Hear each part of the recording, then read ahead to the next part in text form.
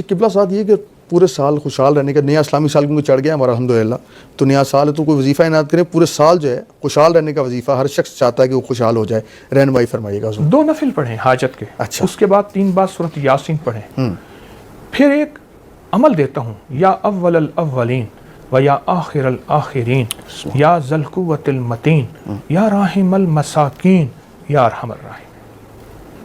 یہ مبارک بول ہیں، یا اول الاولین یا آخر الآخرین یا ذی القوۃ المتین یا راحم المساکین یا ارحم الراحمین۔ یہ 5 بول ہیں جو اس کی ایک تسبیح گڑ گڑا کے پڑھ لے سال کے ابتدائی ایام میں، جیسے محرم ہمارا اسلامی مہینے کا پہلا سال، اگر کوئی شخص پڑھ لے سارا سال حفاظت، برکت، راحت، عافیت، غیبی نظام، مرادیں پوری، برکتیں، رحمتیں۔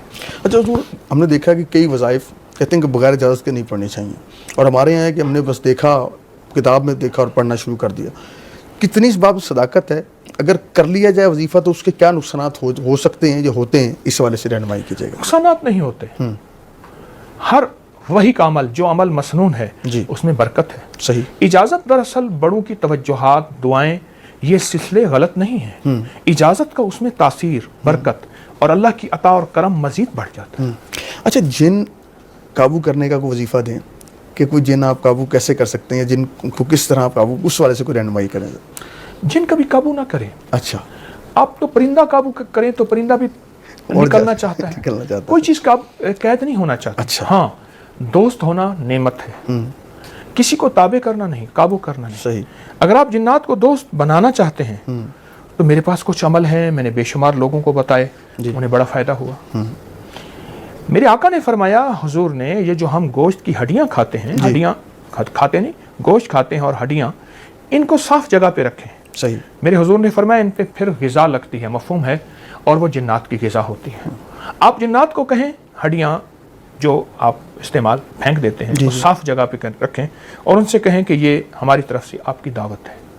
پھر جنات کو اعمال کا ہدیہ دینا شروع کر دیں، سارا دن وظیفہ، تسبیح، کلمہ، قرآن، نفل، اعمال، ان کو ہدیہ دیں۔ جو نیک جنات ہیں ان کو بن دیکھیں، نظر تو ویسے نہیں آئیں، ہدیہ دیں۔ نیک جنات کو سلام کی کثرت کریں، اچھا، اعمال کا ہدیہ دیں، ہڈیوں کا ہدیہ دیں، جو مسنون عمل ہے حضور نے فرمایا سلام کی کثرت کریں، ان کو ہدیہ دیں، اور اچھے خیرخواہی کے بول ان کے لیے بولیں۔ بہت لوگ ملے ایسے جن کے ساتھ جنات کی نسبتیں ہوئیں اور جنات نے انہیں نفع پہنچایا۔ ٹھیک ہے۔ اچھا حضور آخری سوال آپ سے کرنا چاہتے ہیں اس حوالے سے کہ لوگوں کے ہاں بندش بہت زیادہ ہے، ہر شخص کہتا ہے میرے کاروبار کی بندش ہے، کاروبار کے حوالے سے ہر شخص پریشان ہے، تو کاروباری برکت کے لیے کوئی وظیفہ عنایت کرتے ہیں، اور بندش کے حوالے سے کوئی وظیفہ عنایت کیجیے۔ سورۃ الناس، قل اعوذ برب الناس، سورۃ الناس جو ہے یہ بندش کا علاج ہے۔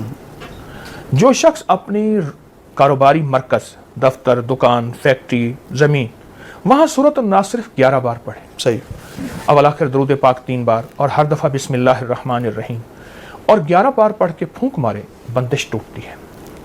ایک عمل بتاتا ہوں سورۃ الناس کا، ہفتے اور منگل کے دن، ہفتے اور ساتوں کو بڑا تعلق ہے۔ صحیح۔ فجر کی وقت نماز ایک سات تو ہے، وہ گزر جاتی ہے، پھر فجر ہوتی ہے پر قضا ہوتی ہے۔ مغرب ایک گھڑی سات تو ہے، یہ مغرب کا وقت ہے، کیا خیال ہے؟ ظہر کا وقت ایک سات تو ہے کہ یہ ظہر کا، سحری ایک سات تو ہے، افطاری ایک گھڑی سات تو ہے کہ یہ سات اب افطاری کی ہے، یہ سحری کی، اب کھانا بند کر دو۔ صحیح۔ منگل کے دن جو بندہ ظہر کی نماز کے بعد، منگل کے دن جو بندہ ظہر کی نماز کے بعد، اور ہفتے کے دن جو بندہ ظہر کی نماز کے بعد صرف اور صرف ایک تسبیح یا قادر ہو یا نافع ہو۔ اچھا یہ وہ وظیفہ ہے، میں اس کو عمومی بھی بتاتا ہوں، لیکن اب آپ نے یہاں کہا ہے کہ بندش توڑنے کے لیے، ہر نماز کے بعد نہیں، صرف ظہر کی نماز کے بعد اول آخر 3 دفعہ درود شریف، یا قادر ہو یا نافع ہو، ایک تسبیح پڑھے، پر پڑھے ایسے اللہ بندہ ہو، گڑ گڑا کے، اللہ ہو اور بندہ ہو۔